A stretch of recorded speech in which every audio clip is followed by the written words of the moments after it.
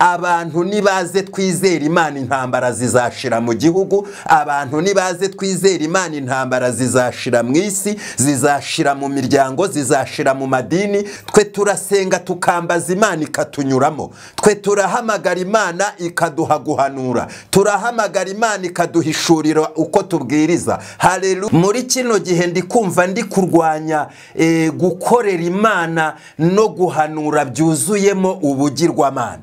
Rero ngewe ndi kumva nshaka gutangariza abantu Imana ikiza.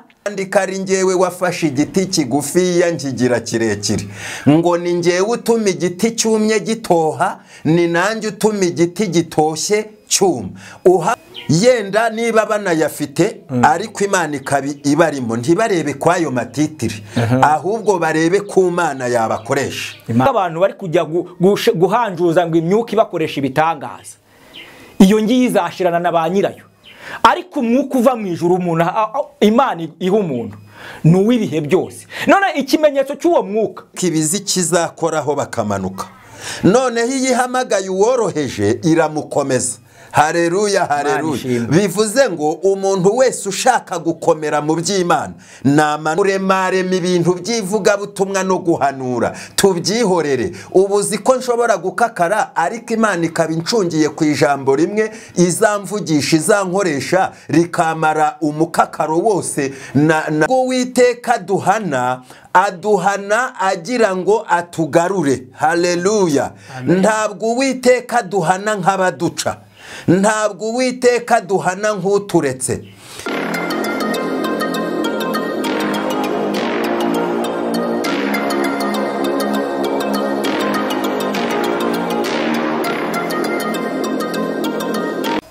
Imana y'amahoro nibane namwe mwese mudukurikira kandi mukurikira Mutima Mushya TV. Mwebwe mutuye mu Rwanda, mutuye muri diaspora, turabashuje cyane kandi turabishimira. Mukande subscribe kuri Mutima Mushya TV kugira ngo mujye mubona ibiganiro byacu dukora, kandi nukuri Imana izajya ibaha umugisha. Iyo ni inkunga tubasaba kugira ngo tujye dufatanya kuvuga ubutumwa, gusharinga ubutumwa n'abandi bajye babibona. Imana rero nibaha umugisha. Muri uyu mwanya rero dufite umukozi w'Imana, Imana yahaye umugisha. Reka tumusuhuze, tumwakire kuri Mutima Mushya TV. Nubwo ariye ariko afite gusuhuza abakunzi be. Twakwakiriye umukozi w'Imana. Yego, urakoze kutwakira, kandi twishimiye abakurikira ibiganiro byacu by'ubutumwa bwiza bwa Yesu Kristo kuri Mutima Mushya TV, kugira ngo dukomeze kungurana kumenya Imana, kugira ngo turusheho kuyizera. Imana rero ibaha umugisha bari mu gihugu cy'u Rwanda n'abari hanze yarwo, ikomeze kubishimira. Reka dusenge Imana kugira ngo twinjire mu kiganiro cy'ubutumwa bwiza Imana yatwemeje uyu munsi. Imana mu izina rya Yesu, Imana ishobora byose, Imana iri kure na hafi bitewe naho umuntu atuye, uri Imana ya kure na hafi, niko Bibiliya y'ijambo ryawe itubwira. Mu izina rya Yesu genderera buri muntu wese kugera mu nguni zose z'isi, kugera mu majyepfo no mu majyaruguru, iburasirazuba n'iburengerazuba. Uneshereze uwo ari we wese ukwizera wifuza ko wamuneshereza. Uwiteka uri umutabazi wacu, uri inshuti yacu. Naho Aburahamu atatuzi, Isirayeli ntatumenye, ijambo ryawe muri Yesaya riravuga ngo uri data wa twese mwiza, no kuwaba ahagaze mu ruhande rwe wenyine kuri iyi saha uri umutabazi we, uri data we, mu izina rya Yesu, amena. Kadusome ijambo ry'Imana mu gitabo cy'Abacamanza ibice 13 umurongo ni uwa mbere tugere ku wa gatanu. Hari amagambo avuze gutya ngo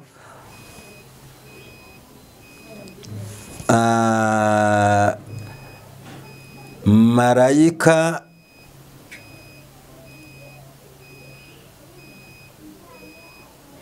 maze Abisirayeli bongera gukora ibyangwa n'Uwiteka.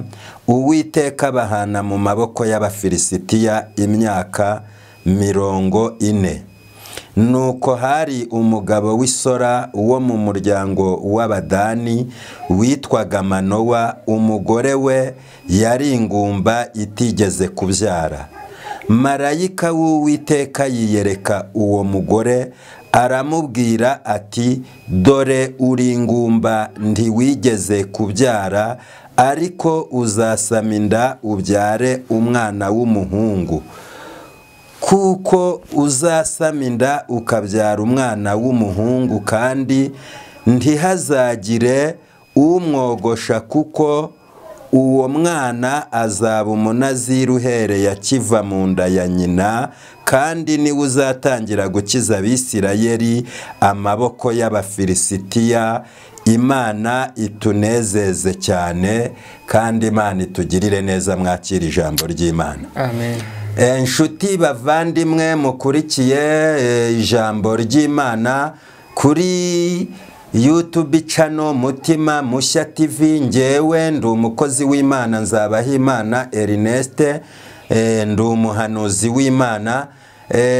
Ijambo rero numva Imana yampaye kubaganirizaho uyu munsi, ni ijambo nahaye inyito ivuga ngo bamwe muri twebwe abasenga, bamwe muri twebwe abakozi b'Imana, iyo ubirebye usanga tumeze nk'abafundi ariko bashaka kurusha amarere enjiniyeri.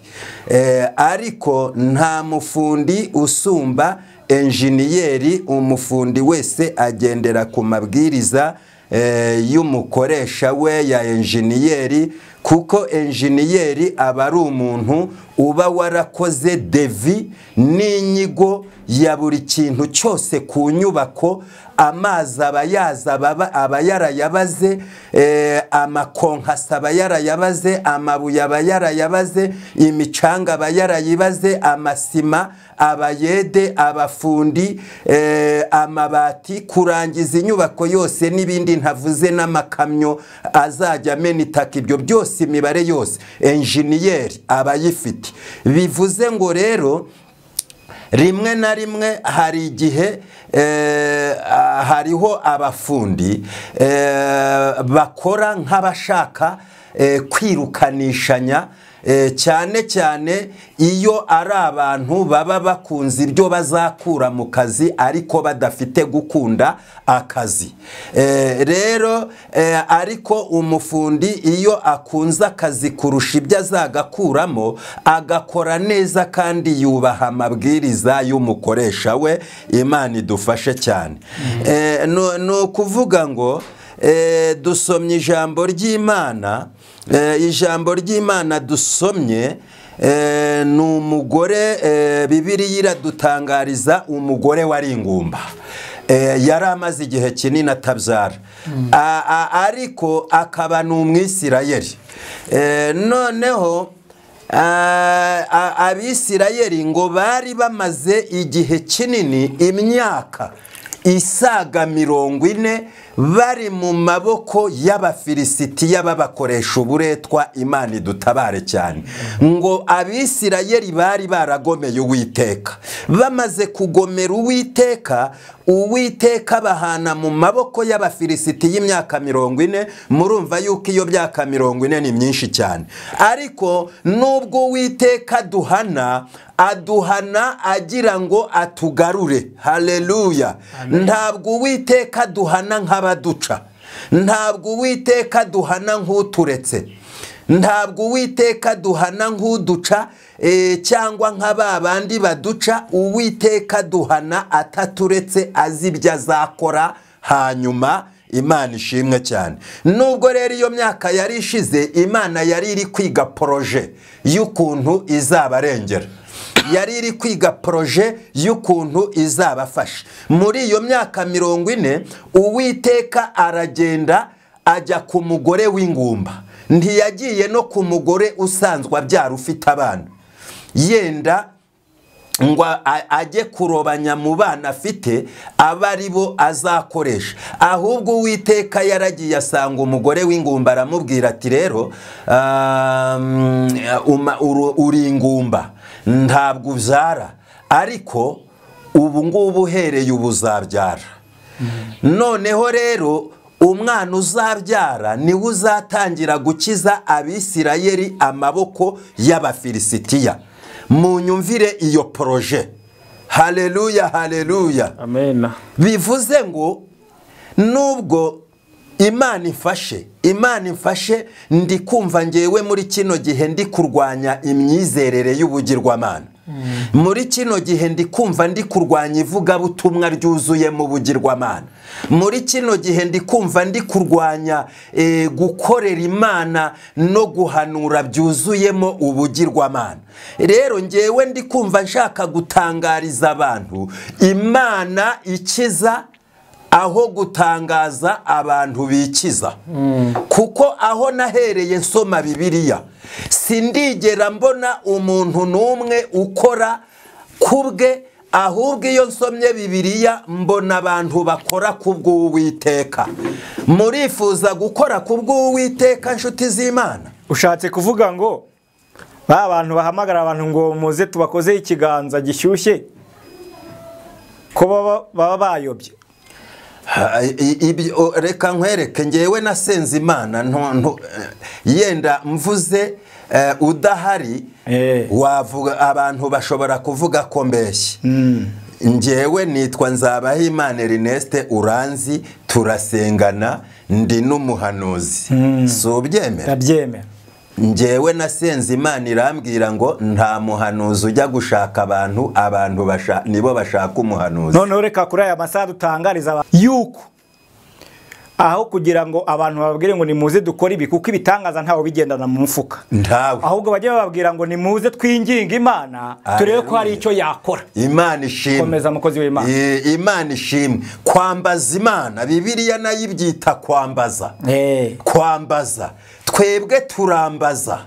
Noneho mu kwambaza Imana ishobora kugukoreramo. Ushatse kuvuga ko nta kintu twakikoresha tudakoreshejwe n'Imana? Ndakurahiye. Bivuze ngo abantu bamanura ubwibone no kubaga ngo nimuze ngo tubakorere ibidasanzwe, ngo wabuze urubyaro ngo naze ruhita rufata, ngo wabuze amafaranga ngo naze arebe hano, ngo twebwe birahinduka ko kanyo ngo ukihagera. Oya, ahubwo nibababwire ngo nimuze twinginga Imana yo kabyara turebe ko ari imirimo n'ibitangaza yakora. Noneho byitirirwa Imana aho kwitirirwa uwo muntu. Yego, Imana ishimwe.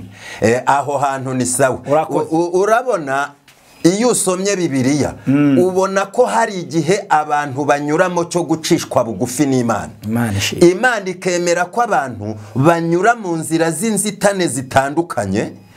Kandi nasomye Bibiliya mu bice bya 17 byo mu gitabo cy'umuhanuzi Ezekiyeli, mu murongo wa 24 harambwira ngo ngewe Uwiteka abantu bazamenya ko ari ngewe wafashe igiti kirekire ngicisha bugufi, kandi ko ari ngewe wafashe igiti kigufi yangigira kirekire.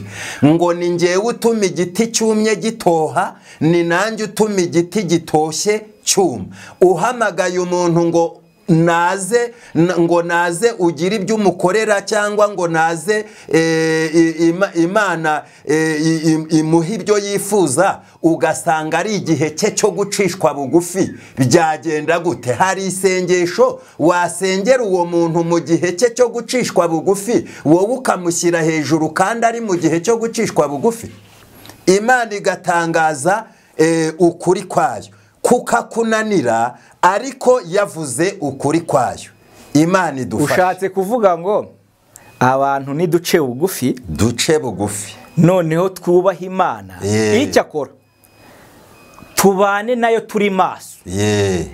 Kuko iyo nsomye Bibiliya nsanga umugabo bita Eliya na Elisa ngo yamenye ko yenda kumukurwaho. Elisa bamenye ko Eliya yenda kumukurwaho ngo aravuga ati nanjye uyu mugabo nshingiye ku Mana imurimo ndamucunga kirenge ku kirenge ijisho ku jisho ntari buncika atampaye kuri uriya mugabane w'umwuka w'Imana umurimo.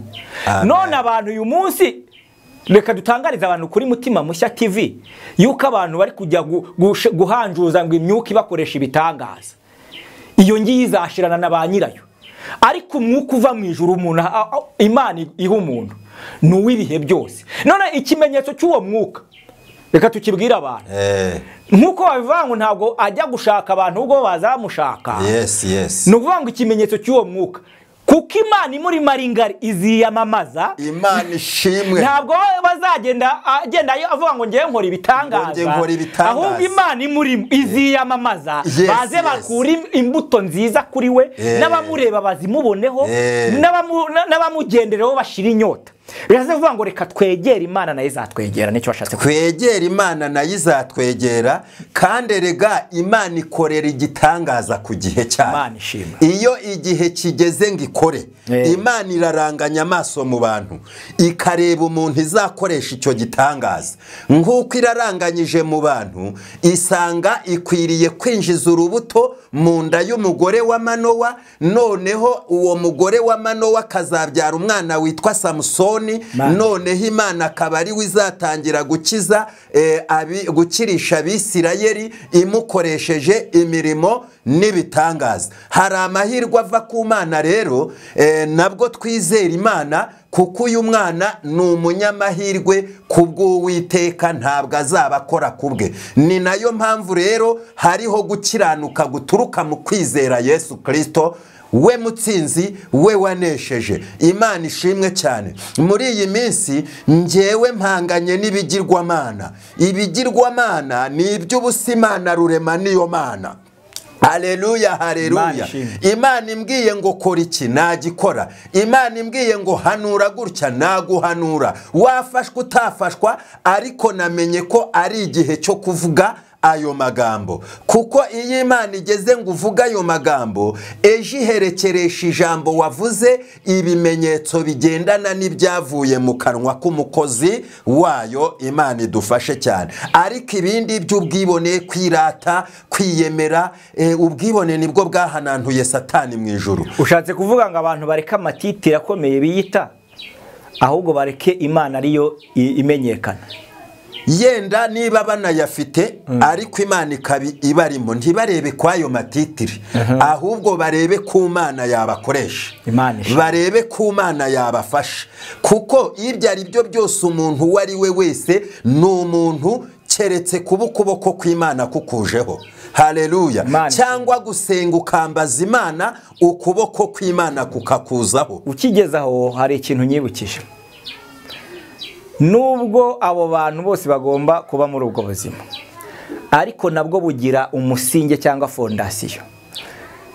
Fondasiyo ni iyi: abantu nibaze twemere guca bugufi, tugire urukundo, kuko urwo rukundo Imana nirwo yuririraho. Nibyo ikora imirimo n'ibitangaza.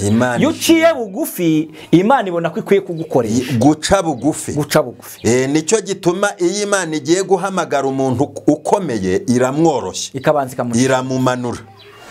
Noneho hari igihe abantu batangira gusenga Imana bo bigiza abakomeye. Imana irabareba ntago ibirukana, ariko ibizi kizakoraho bakamanuka. Noneho iyo ihamagaye uworoheje iramukomeza. Haleluya, haleluya. Bivuze ngo umuntu wese ushaka gukomera mu by'Imana namanuke yorohe. Ikindi yakongeraho uwo muntu agira umutima w'ubumuntu. W'ubumuntu. Kubera icyo agomba kugira uwo mutima wo kugira neza n'urukundo, nuko dusomye Bibiliya dusanga umugabo bita Dawidi, ubwo yafataga akiza urugamba rwa Sawuli, yarabajije ngo hari umuntu waba warasigaye mu muryango kwa Yonatani mugirire neza. Bivuze kubw'imbabazi z'Imana. Bivuze ngo imirimo dukora ntirangirira hayari imyiza, iribukwa. Abantu rero bagire n'imirimo yo kwita kuri bagenzi babo. Tuvuze Imana gusa tudafite urwo rukundo tuba tumeze nk'icyuma kirenga. Byanze bikunze iyi Imana ikuri mugira urukundo. Ngewe ikintu ndi kurwanya nuko tudakomeza kwiyuhiza muri bino bintu, noneho ugasanga ibyo uri kuvuga birananiye kubera ko nabyiyuhijemo. Si umuhamagaro wawe. Si umuhamagaro. Gusenga nabyiyuhijemo. Reka rero twambaze Imana ibiduhe.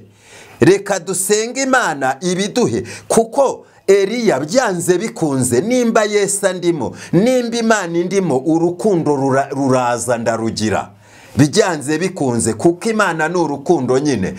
No kuvuga ngo ahubwo kuremare mu muhamagaro tubyihorere, ahubwo turangamire Yesu Kristo. Kuremare mu bintu by'ivuga butumwa no guhanura tubyihorere. Ubuzi ko nshobora gukakara ariko Imana ikaba incungiye ku ijambo rimwe, izamvugisha izankoresha rikamara umukakaro wose nahoranye iminsi imyaka n'imyaka. Kubera iki? Kuko nihanganye nyine, nihanganiye uwo muhamagaro, ndi mu mukakaro.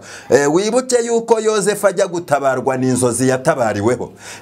Yamaze igihe kinini akakaye, ariko Imana yari icunze ko igihe nikigera ari byo bya bitangaza twakoze. Ntabwo ibitangaza bikomeza kuza uko twe tubivuga, uko tubyumva, uko tubyifuza. Si twe turema ibitangaza. Twe turasenga tukambaza Imana ikatunyuramo. Twe turahamagara Imana ikaduha guhanura. Turahamagara Imana ikaduhishurira uko tubwiriza. Haleluya, haleluya. Noneho aho kwihangana tukihangana, aho gushyirwa hejuru tugashyirwa hejuru. Mu myaka yose Yozefu yamaze, inzozi nizo zamutabaye, zimutabarira ku gihe. Natwe nidusenga Imana izadutabarira ku gihe mu izina rya Yesu. Ndumva nyuzwe n'Imana. Aho ushatse kuvuga ngo Yozefu akirota. Reka ariko tugire ikintu tubwira abantu. Nubwo yatabawe, ariko igihe cye si cye cy'ubu. Abantu Imana izagihishurira ikababwira ngo mwana wanjye nzakugirira nde. Ntibakajye bagenda babivuga mu nzira hose, kuko abantu ba kera sibo bubu. Nshatse kuvuga iki? Abantu kuva b'iki gihe bafite icyo bita ishyari. Noneho Yozefu intambara yarwanye mu buzima bwe inyinshi nizo yikururiye, kuko yarotaga akaza akavuga ngo Imana igiye kunshyira hejuru. Niba Imana ikubwiye, tuza mu mutima wawe, noneho bizivugire, kuko iby'Imana ikoze ntibijya bijya mu mfufu. Uvuza akantu keza. Icyo ngicyo, buriya gusenga hari ibintu umuntu agomba kugirana, hari ibanga agomba kugirana n'Imana. Imana ye. Ni ukuvuga ngo kuko hari ibintu bidashinzwa abo hanze, hari ibintu bitagomba kumenywa n'abatasenze. Ugihagazaho, reka uyu Yozefu dusaba abanyarwanda ndetse n'abumva ikinyarwanda bari bose bagira umutima nk'uwari uri muri Yozefu. Kubera iki impamvu bagomba kugira uyu mutima? Ba bene se bamugiriye nabi kugeza nubwo bamutamugo bakanamugurisha. Bagiye kugura hateye inzara, bajya mu gihugu yarayoboye cyangwa yarakomeyemo. Ababonye yakibundi undi umupagani yaravuga ngo mufate ikiboko mu nkubitire bari abantu. Yari kubahitana.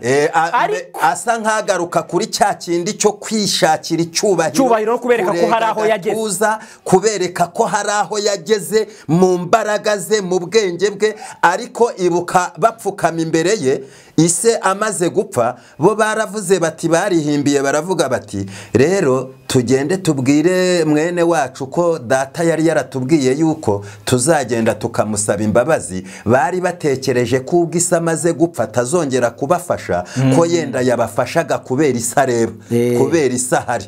None rero nitutamupfukama imbere ntazongera kuduha ibyo yaduhaga. Ngo bamupfukamye imbere, Yozefu rero ngo arababwira ati, rero nimuhaguruke, ngewe nzajya mbagaburira mwebwe n'abana banyu biriya Imana yashakaga kubizanisha ibyiza, kugira ngo ikize abantu benshi urupfu muri kino gihe cya none.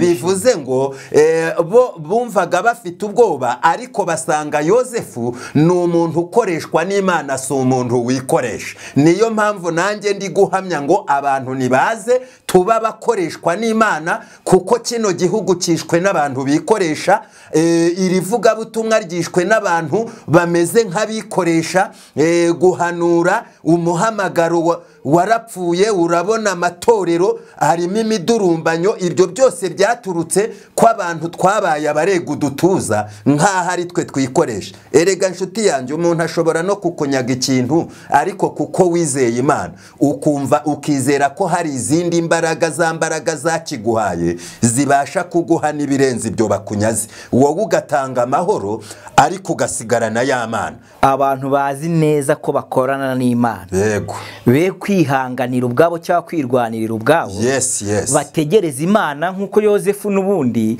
yayitegereje ikamusurira mu nzozi z'iby'abandi bananiwe kwerekwa no kurota, kugeza ubwo bihanuye ibyo avuze kuko ari byo by'ukuri, bikamwicaza, bikamuzamura, bikamusumbya babandi bose bumvaga ko ari bo bafite, bakanabirwanya ariko ntibabitsinde kuko bije bivuye ku Mana nyamana, kuko bije ari iby'igihe cyo gutabarwa kw'Imana. Nibyo nubishatse kuvuga ngo abantu babe mu Mana ariko bareka Imana rishyirwa hejuru. Yego, abantu babe mu Mana ariko be kwihimbaza, bareka Imana ihimbazwe. Yego, urakoze cyane. Babe mu Mana ariko Imana bari yishyirwa hejuru. Icyo nizera ngewe nuko nzi ko nta kintu kizava ku Mana abantu bazarwanya ngo bagishobore, ikivuye kuri, ahubwo abantu iyo urebye usanga si Imana bizeye. Niyo mpamvu ujya kubona ukabona nkawe nanjye turasengana, mu kanya turi guterana intiku ngo kino ngo kiratuma ndasubizwa, mu kanya ugasanga ngo nkomeje gusengana na Ernest ngo ibisubizo byanjye sinazabiyoba. Uzi ko n'Imana yanyica ariko wowe ugasubizwa, kubera ko umugambi wavuye hehe? Ku Mana. Abantu nibaze twizera Imana, intambara zizashira mu gihugu. Abantu nibaze twizera Imana, intambara zizashira mu isi, zizashira mu miryango, zizashira mu madini, zizashira mu matorero no mu basenga no mu bahanuzi. Ngewe iyo ndebye intambara ziri muri ibyo bice. Inshuti bavandimwe rero mukurikira ibiganiro bya kuri Mutima Mushya TV, turagira ngo twige kwizera Imana kandi tuyemere, tuyihamya mu by'ukuri, tutayishakira ibintu byo hirya no hino, kugira ngo dukunde twitake, tuvuge Imana ukwiri, kuko imyizerere irimo ubugirwamana n'imisengere irimo ubugirwamana imeze nk'umufundi ushaka urenze enjiniyeri, imeze nk'umufundi ushaka kwirukanisha abafundi bagenzi be.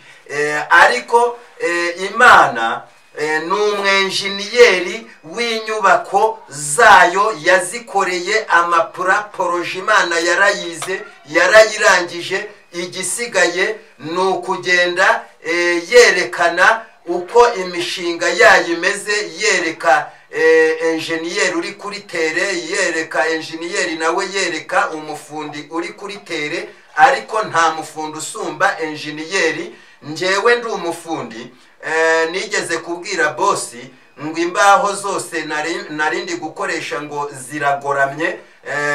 Icyo gihe nyine abafundi iyo bamenaga imbaho, nje nari umusharupansiye, batanguranwaga gukuramo imbaho zigororotse. Noneho twabaga turi nko gutega amadare, noneho hagasigara izigoramye. Enjiniyeri wamubwira ngo rero imbaho zisigaye ziragoramye, yashoboraga no kukwirukana akakubwira ngo nta rubaho rubi rubaho, umufundi ni uba mubi, ariko nta rubaho rubi rubaho. Ni ukuvuga ngo ubwiye enjiniyeri ngo madiri iragoramye, yakwirukana. Ubwiye enjiniyeri ngo amabuye ni mabi, yakwirukana. Bivuze ngo nimba koko warahamagawe n'Imana, Imana izagukoresha mu gukiza abantu, nk'uko ijambo ry'Uwiteka ryageze kwa Manowa rigashyira imbuto mu nda izavamo umwana uzakiza Abisirayeli amaboko y'Abafilisitiya. Rimwe na rimwe hari igihe rero twebwe tuvuga ngo njyewe ngo ndagafite ku giti cyanjye, aka gakiza ntabwo ari ku giti cyawe ahubwo ni poroje Imana yamanuriye muri wowe koko nimba agakiza waragakuye ku Mana kugira ngo Imana izagukoreshe muri benshi. Kozi bima ushatse kuvuga ngo abantu be kurwana bapfa iby'Imana. Abantu bareke kurwana bapfa iby'Imana ko iby'Imana birirwanirira. Yego, iby'Imana birirwanirira kandi twese turumwe turagana hamwe nawe ugiye pfunda rya ruguru. Yego, nicyo ushatse kuvuga ngo abantu wemere mugenzi wawe nawe yemere mugenzi wawe. Imana ishimwe cyane. Akoze cyane. Niba yaranayobye ukaba udafite uko wamwegera ngo umuhugure icejekere, ubwo ngubwo iyaduhanze izuko izabigenza. Niba ufite impuguro zo kumuha, mwegere ntacyo umuhugure kandi mu mwuka w'ubugwaneza. Ariko iby'Imana ni iby'Imana, iby'abantu ni iby'abantu, iby'Imana tubitandukanye n'iby'abantu. Reka dufungire hano, tuzasubira ubutaha. Nakagaruka kuri Mutima Mushya TV. Imana ibahe umugisha. Mana urakoze kubw'uyu mwanya n'uyu munsi. Girira neza umugaragu wawe Eliya twari kumwe muri iki kiganiro. Girira neza abantu bakurikiye kino kiganiro. Live Jezi ube live mu mitima. Imana y'icyubahiro ubakurireho ibishakwe. Imana y'icyubahiro ubakize imyaku yo mu miryango. Imana y'icyubahiro ubakize imyaku yo mu bisekuru. Imana y'icyubahiro ubarindira intambwe zabo n'ibyo bagerageza gukora. Turabasabiye kugira ngo amavuta yawe amanuke mu byo bakora, amavuta yawe amanuke mu migambi bafite kugira ngo uyitunganye. Kandi dusengeye ingo z'Abanyarwanda, dusengeye abahanuzi bari muri iki gihugu, abasenga Imana, abapastora, abashumba, dusengeye ababikira, abapadiri, dusengeye abayobora u Rwanda. Haleluya, haleluya. Dusengeye abari maso ubahe kurushaho kuba maso, dusengeye n'abatari maso kugira ngo bateze intambwe barusheho kuba maso. Dusengeye abarwayi bari mu bitaro, mu magereza, mu izina rya Yesu. Amen. Amen.